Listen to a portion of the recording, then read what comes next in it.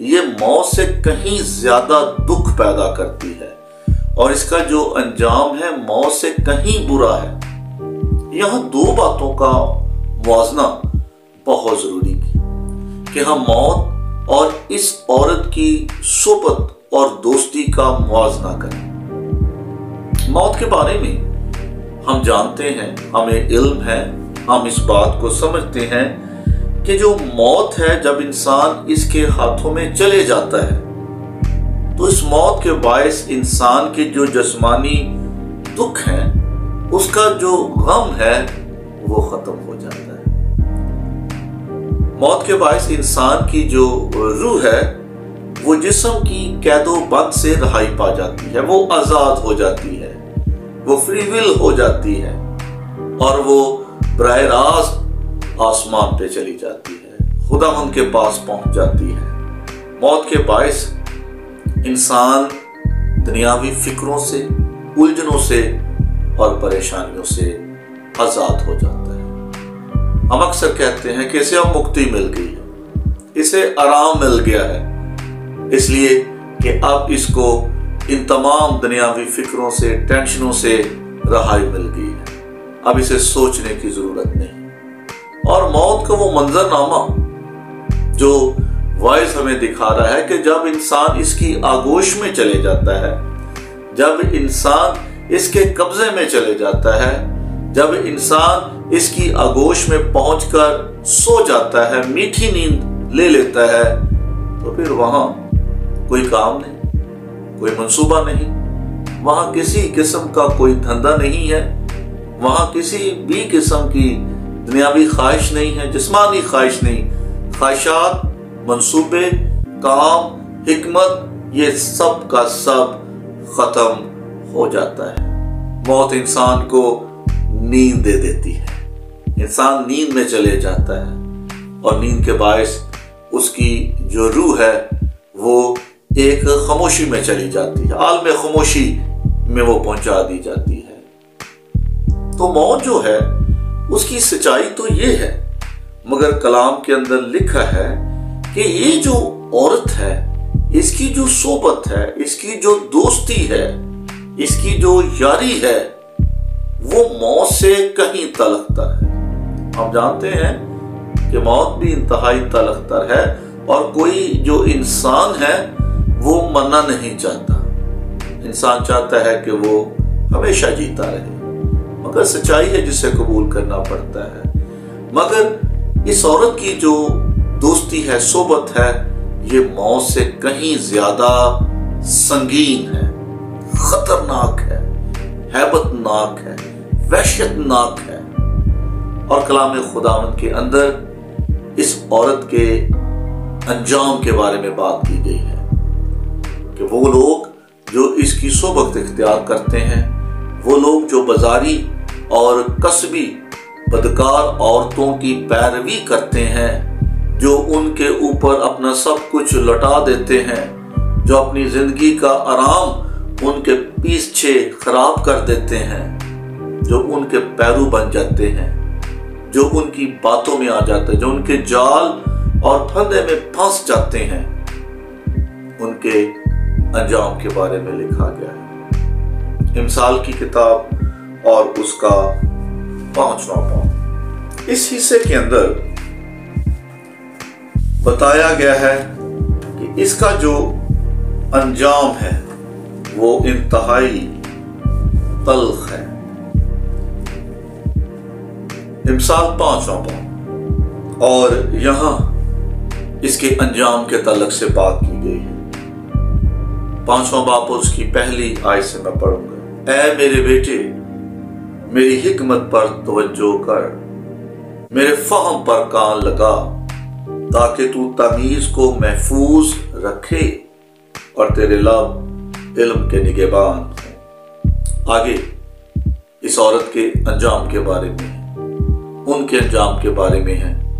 جو ان عورتوں کے جال میں پھنس جاتے ہیں، جو ان کے قبضے میں آ جاتے ہیں، جو ان کے بندنوں میں، ان کی چالوں میں، پھندوں میں پھنس جاتے ہیں، ان کے انجام کے بارے میں بھی۔ کیونکہ بیگانہ عورت کے ہونٹوں سے شہد ٹپکتا ہے اور اس کا منہ تیل سے زیادہ چکنا ہے، پر اس کا انجام نہ گدونے کی مانند تلخ اور دو دھاری تلوار کی مانند تیز ہے۔ اس کے پاؤں موت کی طرف جاتے ہیں، اس کے قدم پتال تک پہنچاتے ہیں، سو اسے زندگی کا ہموار رستہ نہیں ملتا، اس کی راہیں بے ٹھکانہ ہے پر وہ بے خبر ہے۔ یہاں انجام کے لیے دو الفاظ کا چناؤ کیا گیا ہے، دو الفاظ کو استعمال کیا گیا ہے کہ ایسی عورت کا جو انجام ہے وہ ان لوگوں کا جو ان کی پیروی کرتے ہیں، ان کے بندروں میں پھنس جاتے ہیں، جو ان کے پیچھے چلتے ہیں، ان سے دوستی کرتے ہیں، ان کا انجام لکھا ہے نا گدونے کی مانند تلخ ہے۔ نا گدونا ایک جنگلی پودا ہے، اس کو انگلش میں وارم ووڈ کہا جاتا ہے، اور جو اس کا سائنسی نیم ہے وہ آرتیمیسیا ہربا ہے۔ یہ ایک وڈی شرب ہے اور یہ انتہائی زہریلی جڑی بوٹی ہے۔ اگر کوئی بھی انسان اس کا ایک پتا بھی کھا لے گا، تھوڑا سا پتا بھی، حصہ بھی اس کا چکھ لے گا، تو اس کی جو موت ہے وہ انتہائی برے طریقے سے ہوتی ہے، کیونکہ یہ زہریلی جڑی بوٹی ہے، ایک زہریلا پودا ہے، اور جو اسے کھاتا ہے اس کی موت اچانک واقع نہیں ہوتی، بلکہ سائنس بتاتی ہے کہ اس کو کھانے سے انسان کا جو نروس سسٹم ہے اور بلڈ سرکولیٹری سسٹم ہے وہ بری طرح ڈسٹرب ہو جاتا ہے، انسان پاگلوں کی طرح حرکتیں شروع کر دیتا ہے، اور پھر اس کا دل جو ہے آہستہ آہستہ رکنا شروع کر دیتا ہے، قلب کی جو حرکت ہے وہ بند ہونا شروع ہو جاتی ہے، یعنی کہ اس کو چکھنے سے، اس کو کھانے سے انسان کی جو موت ہے وہ تڑپ تڑپ کر ہوتی ہے۔ تو کلام کے اندر ایسی جو عورت ہے اس کے انجام کو اور ان کو جو ان سے دوستی کرتے ہیں ان کے انجام کو اس زہریلے پودے سے تشبیہ دی گئی ہے کہ جو ان کے پاس جاتے ہیں، اس پودے کو چکھتے ہیں، ان کا انجام ناگدونے کی مانند ہوگا، اور پھر ان کی موت بھی ایسے ہی ہوگی، ان کی موت انتہائی بری ہوگی، وحشت ناک ہوگی، ہیبت ناک ہوگی، اور وہ آہستہ آہستہ واقع ہوگی، ان کی جان جو ہے وہ آہستہ آہستہ نکلے گی۔ اور دوسری چیز جس سے اس عورت کو مشابہت دی گئی ہے وہ ہے دو دھاری تلوار، کہ یہ جو عورت ہے یہ دو دھاری تلوار کی مانند ہے۔ دو دھاری تلوار جس کو ڈبل ایج سوارڈ کہا جاتا ہے، یہ دونوں طرف سے تیز ہوتی ہے، اور اس کا جو وار ہے وہ بہت کم خالی جاتا ہے، بہت کم ضائع ہوتا ہے، اور جب یہ جسم پہ لگتی ہے تو بہت گہرا گھاؤ کرتی ہے۔ اس کا جو زخم ہے وہ کافی گہرا ہوتا ہے، یہ اندر تک وار کرتی ہے، اور پھر جب یہ زخم کرتی ہے، گھاؤ لگاتی ہے، تو اس سے بہت زیادہ بلیڈنگ ہوتی ہے، بلڈ نکلنا شروع ہو جاتا ہے، اور گھاؤ گہرا ہوتا ہے، اس لیے آہستہ آہستہ جو آدمی اس کا شکار ہوتا ہے اس کا جو بلڈ ہے وہ نکلنا شروع ہو جاتا ہے، اور جب اس کا سارا بلڈ اس کے جسم سے، زخم سے، گھاؤ سے نکل جاتا ہے تو پھر اس کی موت واقع ہو جاتی ہے۔ ایسے تیز گھاؤ اور زخم میں سے بلڈ کو روکنا بھی انتہائی مشکل ہوتا ہے، اور کلام خداوند کے اندر ایسی جو عورت ہے اس کے انجام کو، اس کی صحبت کو ان دو چیزوں سے تشبیہ دی گئی ہے کہ ایسی لوگوں کا جو انجام ہے وہ نہ گدونے کے پودے کی مانند تلخ ہوگا اور دھوداری تلوار کی مانند ہیبتناک ہوگا، خطرناک ہوگا، سبق آموز ہوگا، تکلیف دہ ہوگا، غم انگیز ہوگا۔ تو میرے پیارے مسیحی بھائیوں، بہنوں اور نوجوان بیٹوں اور بیٹیوں، یہ کلام میرے لیے، آپ کے لیے انتہائی سبق آموز ہے، نصیحت آموز ہے کہ ہم اپنی زندگیوں کو ایسی برائی سے بچائیں۔ اور یاد رکھیے، کلام بتاتا ہے کہ جو اس برائی میں مبتلا ہے وہ اپنے جسم کا بھی گنہگار ٹھہرتا ہے، اور ایسے لوگ جو بدکاری کرتے ہیں، گناہ کرتے ہیں، وہ خداوند کی بادشاہت میں داخل نہ ہوں گے۔ اور پھر ان کے انجام کے بارے میں لکھا ہے، پھر ان کو خبردار کیا گیا ہے کہ تم ایسی برائی میں، تم ایسی بدی میں، ایسے گناہ میں شامل نہ ہونا۔ اے میرے بیٹے، تو میری تربیت پر کان لگا، میری تعلیم کو فراموش نہ کر۔ تو آئیں، اگر ہم ایسی برائی میں مبتلا ہیں تو آج ہی ایسی برائی سے توبہ کیجئے،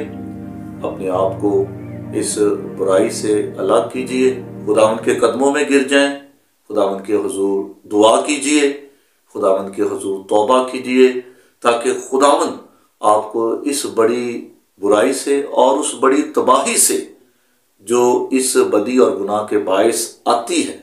جس میں انسان مبتلا ہو جاتا ہے، خداوند آپ کو اس برائی سے بچائے اور آپ کو محفوظ رکھے، تاکہ ایک آپ اچھی، خوشگوار اور فتح مند مسیحی زندگیوں کو گزار سکیں۔ خداوند اس خیال کے وسیلے سے، خداوند اس کلام کے وسیلے سے آپ کی زندگیوں کو اور زیادہ خوبصورت بنائے۔ آمین۔